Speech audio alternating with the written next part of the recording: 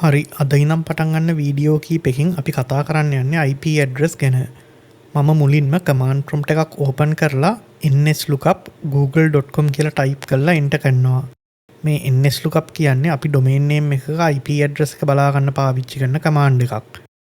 එතකොට මේ command එකේ output එක විදිහට අපිට මෙහෙම output එකක් බලා ගන්න පුළුවන්. එතකොට මෙන්න මේ කොටසින් පෙන්නන IP address වලට අපි IP version 6 address කියලා කියනවා. මේකම කෙටි කරලා IPv6 address කියලාත් කියනවා. මේ කොටසින් පෙන්නන IP address වලට අපි IP version 4 එහෙම නැත්නම් IPv4 address කියලා කියනවා. එතකොට අපි මේ කතා කරන small and medium size network ගත්තම මේ වගේ වැඩියෙන්ම පාවිච්චි කරන්නේ IPv4 address. ඒක හන්ද මේ වීඩියෝ වලදී අපි IPv4 address ගැන තමයි විස්තර ඇතුව කතා කරන්න ඉන්නේ. ඊළඟට අපි මේ IP address ගැන පොඩි අදහසක් ගන්න වෙබ්සයිට් කීපයක IP address ටිකක් බලලා ඉමු. මුලින්ම අපි බලමු twitter.com එකේ IP address එක. දැන් මේ කියන්නේ x.com කියලා. එතකොට ඒකේ IP address එක අපිට මේ විදිහට බලා ගන්න පුළුවන්. තව අපි බලමු github.com එකේ IP address එක. ඒ IP address එක අපිට මේ විදිහට බලා ගන්න පුළුවන්. අපි තව එකක් බලලා ඉමු. අපි ගමු මේ පාර slt.lk එකේ IP address එක. slt.lk එකේ IP address එක අපිට මේ විදිහට බලා ගන්න පුළුවන්. එතකොට මේ හැම IP address එකකම dot වලින් වෙන් වෙච්ච අංක 4ක් බලා ගන්න පුළුවන්. ඊළඟට අපි බලමු මේ IP address හැදෙන්නේ කොහොමද? මේවට තියෙන්න පුළුවන් අඩුම අගය කීයද? තියෙන්න පුළුවන් වැඩිම අගය කීයද කියලා. එතකොට මේ IPv4 address එකක් ගත්තම මේ හැම කොටසක්ම binary bit 8කින් තමයි හැදිලා තියෙන්නේ. අපි දන්නවා දැන් මිනිස්සු 10 පාදයේ ගණන් වලින් වැඩ කළාට කම්පියුටර් වැඩ කරන්නේ 1 සහ 0 කියන දෙකේ පාදෙන්. ඒ කියන්නේ binary numbers වලින්. එතකොට මේ IPv4 address එකේ එක කොටසක් මේ වගේ bit 8කින් හැදෙනවා. ඒක හන්ද මේ කොටසකට අපි octet එකක් කියලාත් කියනවා. සම්පූර්ණ address එකක් ගත්තම ඒකේ කොටස් 4ක් තියෙනවා. එතකොට bit 8 වරක් 4 32ක් වෙනවා. මේක හන්ද අපි කියනවා IPv4 address එකක් ඇවිල්ලා bit 32ක. ඒ කියන්නේ 32 bit address එකක් කියලා.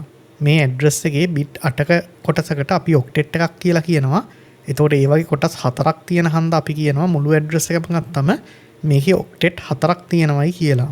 අපි දැන් මේ IP address වල calculation binary numbers වලින් කළාට IP address ලියන්නේ මිනිස්සුන්ට ලේසියෙන් තේරුම් ගන්න පුළුවන් වෙන්න 10 පාදයේ ඉලක්කම් වලින්. එතකොට මේ විදිහට dot වලින් වෙන් කරලා 10 පාදයේ ඉලක්කම් වලින් IP address ලියන එකට dotted decimal notation කියලා කියනවා. ඊළඟට අපි බලමු IP address එකකට එන්න පුළුවන් අඩුම අගය කීයද උපරිම අගය කීයද කියලා. එතකොට අපිට octet එකකට එන්න පුළුවන් අඩුම අගය තමයි 2 බලයේ ඉඳන් 2 වෙනි බලය වෙනකන් තියෙන ඔක්කොම බිට් වලගේ බිඳුව වෙන එක.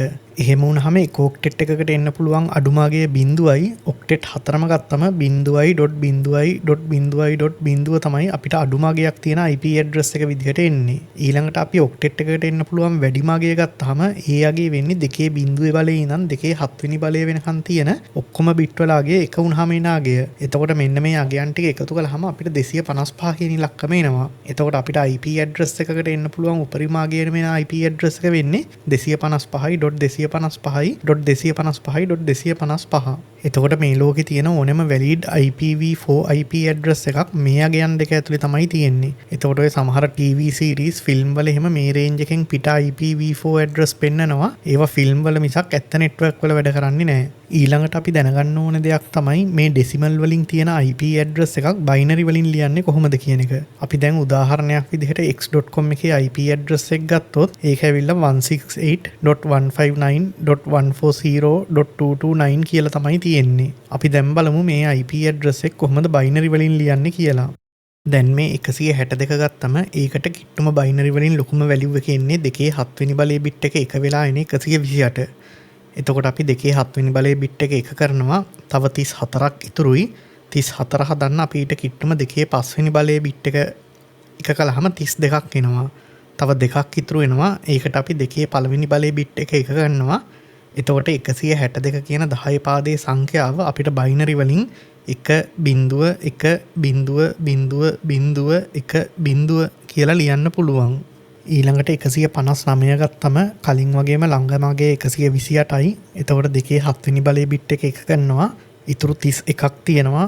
මේක 32 වුණා නම් 2 වෙනි බලයේ bit එක කරන්න විතරයි තියෙන්නේ. හැබැයි 31 හන්ද 4 වෙනි බලයේ 16යි. තව 15ක් ඉතුරුයි. 15 හදන්න අපිට 8යි 4යි 2යි 1යි කියන ඔක්කොම ඉලක්කම් ඕනේ වෙනවා.